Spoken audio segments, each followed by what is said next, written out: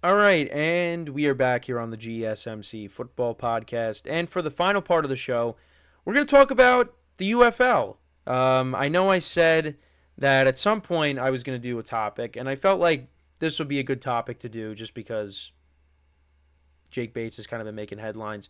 So, right now, he's a kicker of the Michigan Panthers in the UFL. And past 2 weeks, has made 60-plus yard field goals. So he first made a 64-yard field goal during the Panthers opener, followed by another impressive kick from 62 yards this past week. Despite Michigan's loss to the Birmingham Stallions, Bates' kicking prowess has garnered attention with NFL teams expressing interest in him, and I think he should be getting interest because he made back-to-back 60-yarders first 2 weeks of the season in the UFL. Bates' feat of hitting 60-plus yard field goals in back-to-back weeks is rare, even in the NFL, with only one kicker ever doing that, and that was Brett Maher. Before joining the UFL, Bates had not attempted a field goal since high school. He was primarily a kickoff specialist during his college years. Bates briefly attended training camp with the Houston Texans, but did not secure a roster spot. With his impressive performance in the UFL, Bates is gaining recognition and could potentially earn another opportunity in the NFL. And I think he definitely should. Even though, yeah, it's small sample size. But, again, back-to-back weeks, you're kicking 60-plus yard field goals. Yeah, teams are going to have interest in you. And I think that's one of the positives of the UFL is, I guess it's kind of like the minor leagues where, although it's not with a specific organization, but it's kind of like the minor leagues where, NFL teams could see, what your abilities are, and, NFL teams have the opportunity to say, hey, this player has talent. Give this guy a shot. We'll give this guy a shot. This gives players in this league a chance to show off their talents, and maybe an NFL team recognizes that, and they get a shot in the NFL, which I think is a great thing. And last year you had the USFL, you had the XFL. This year you had the two leagues merge to create the UFL, and hopefully it works out. And I'll be honest though, I'm not super invested in it. I was when the XFL came back. I was invested in it, and this was right before the pandemic. And then once COVID hit, and then they brought it back the last couple of years, I really just I haven't really been that interested in it. But Jake Bates has been making headlines, and good for him, and I hope he does get another opportunity. And the Texans, they had him in training camp, but he didn't make the team. You still have, because you got Kaimi Fairbairn kicking field goals for them, and of course, he got hurt in the game against the Buccaneers, so Umbawale, he had to kick the extra point or a field goal, and he made it. I forget whether it was a field goal attempt or an extra point. Regardless, he made it. Listen, there are some teams that definitely could use a kicker. I think about the Packers. Matt LaFleur, what he said about Carlson and how, he would be praying every time he would go to kick the ball. That's not something you want. That's a possibility. Listen, the 49ers I thought could have been a team, but the way Jake Moody played in the Super Bowl, I think they're all right for now. But yeah, there are teams that need kickers, and Bates here could definitely make an opportunity, or definitely has an opportunity to make a team, which I hope he does. And again, like I said, it's good that players like him and other players in the UFL, if they really show out, they get another chance possibly to maybe latch on to an NFL team, make a team, and live out their dream. So the other thing I wanted to get into as well is the attendance for these games. So April 6th, during week 2 of the UFL season, there were two contrasting attendance scenarios. In Memphis, the attendance was announced as 8,791, despite what appeared to be a sparse crowd. But in St. Louis, for the St. Louis Battlehawks, they set a new attendance record for a modern spring football league game with over 40,000 people, 40,317 people attending at the Dome at America Center. Daryl Johnston, the executive vice president of football operations for the UFL, acknowledged the low attendance numbers in Memphis and attributed them to factors such as late schedule release and less favorable TV slots. Johnson expressed confidence in the league's ability to improve attendance in the future, stating that they are already working on the 2025 season. The Battlehawks' attendance record in St. Louis marked a significant achievement for the team and the league, surpassing their previous record set in March of 2023. The league also received positive news regarding above-average ticket sales for the upcoming game at Audi Field in Washington, D.C., indicating potential growth and the success for the UFL.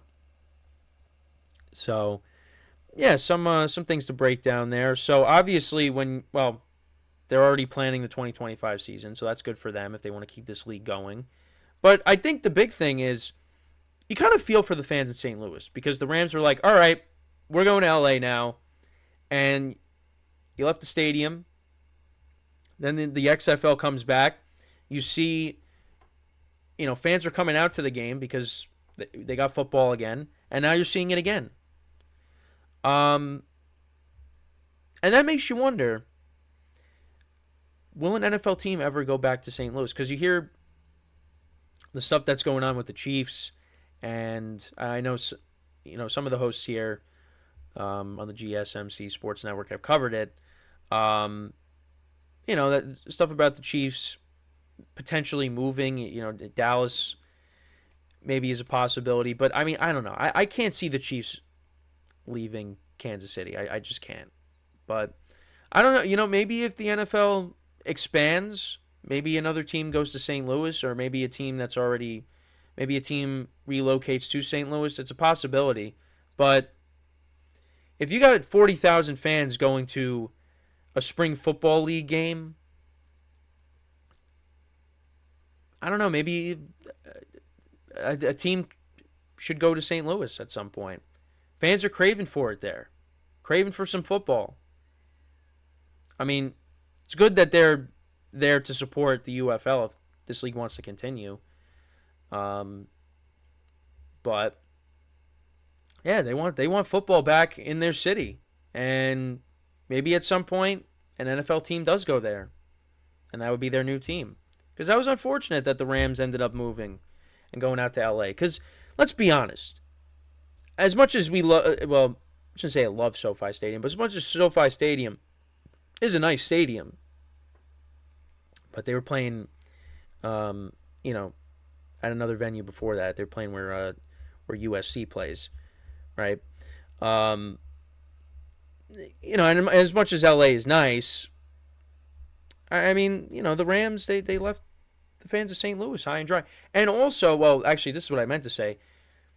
Out in LA, the Rams don't really, and the Chargers don't have home field advantage. I mean, you go and you watch a Rams 49ers game, and the 49ers fans take over the stadium. Matthew Stafford has to use a silent count. Because the 49ers just take over that stadium.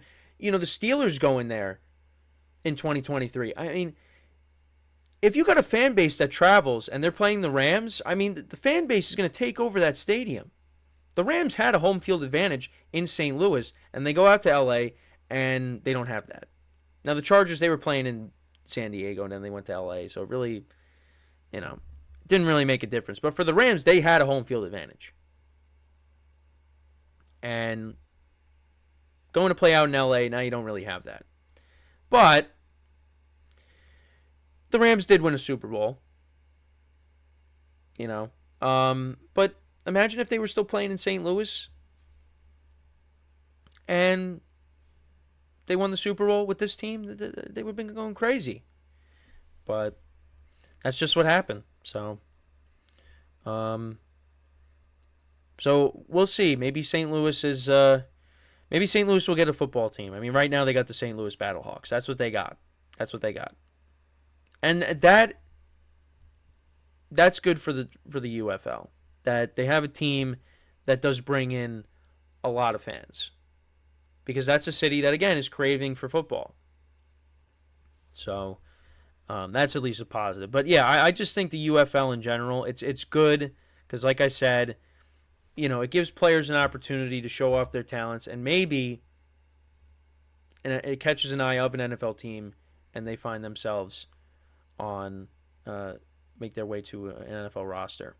Because you saw P.JWalker, and he was before the XFL went away because of COVID. P.JWalker was the MVP of the XFL.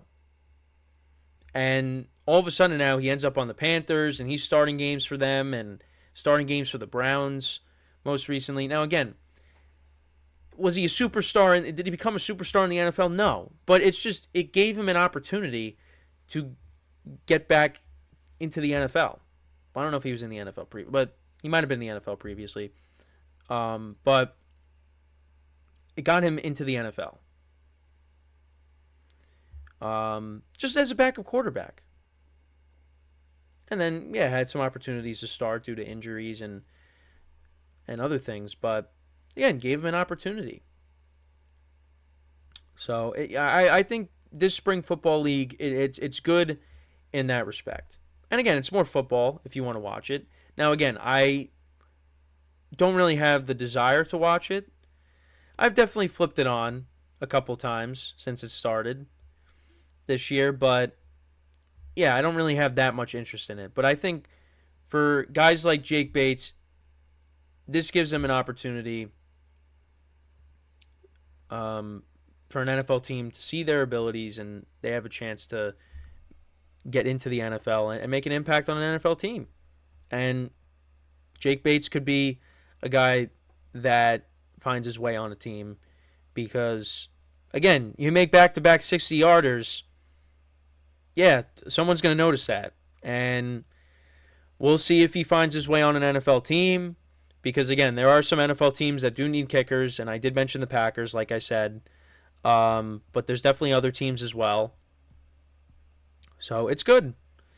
It's good. And, we'll see how we'll see if he kicks another one in week 3. Actually, right now, because let me look at the standings, because I do have I did have the standings. My notes. Let me see if I can find it. Or maybe I didn't. Maybe I didn't.